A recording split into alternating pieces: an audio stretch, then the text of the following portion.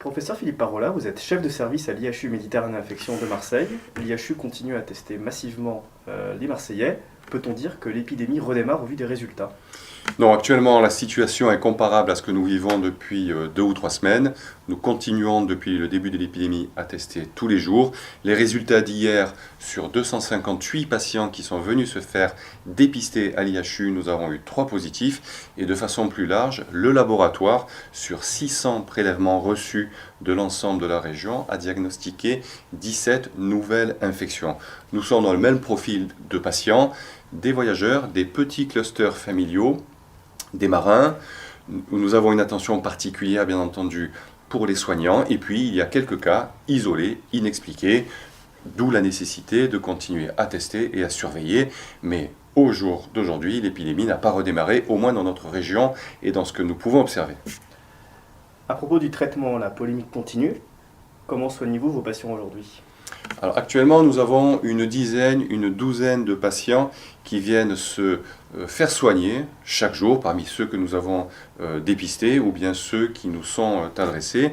Nous n'avons pas changé, il y a la polémique, la raison scientifique viendra peut-être plus tard. Actuellement, nous ne faisons pas de sorcellerie, c'est-à-dire que nous utilisons.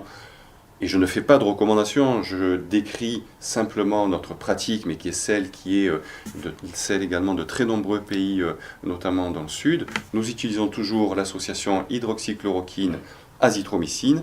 Ces 2 médicaments qui tuent le virus au laboratoire, qui ont montré réduire le portage du virus dans le pharynx. Et donc si vous portez le virus pendant 6 jours au lieu de le porter pendant 30 jours, eh bien vous êtes moins contagieux. Ce sont des médicaments qui sont très bien tolérés. Nous avons soigné plus de 4000 patients.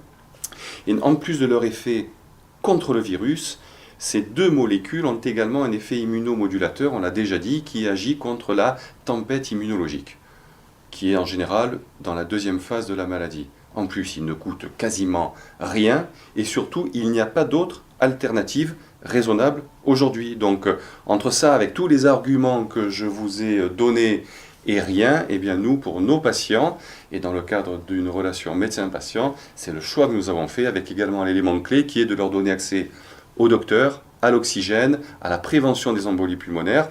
Malheureusement, si la prescription est libre dans ce pays, les médecins généralistes sont toujours exclus de la prescription de cette association, puisque l'hydroxychloroquine n'est pas délivrée sur ordonnance de médecins généralistes en médecine de ville, et on peut le regretter.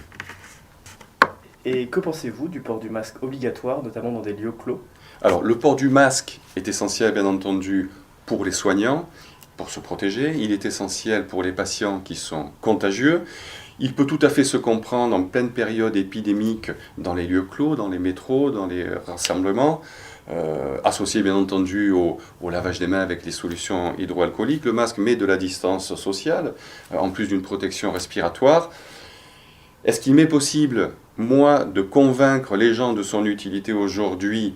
Non, parce que nous ne sommes pas en phase épidémique et je n'ai pas les arguments pour le faire. Ça a été une décision des autorités sanitaires que j'appliquerai en tant que citoyen, mais il m'est difficile, vu ce que j'observe, c'est-à-dire des masques qui sont réutilisés, qui passent de la poche au visage, qui sont touchés. Je ne sais pas. Je ne sais pas quelle est l'utilité. Ce que je sais, c'est que quand on impose une contrainte aux citoyens, il faut leur expliquer. Je pense que cette explication, si elle n'a pas été faite, va venir. Merci beaucoup.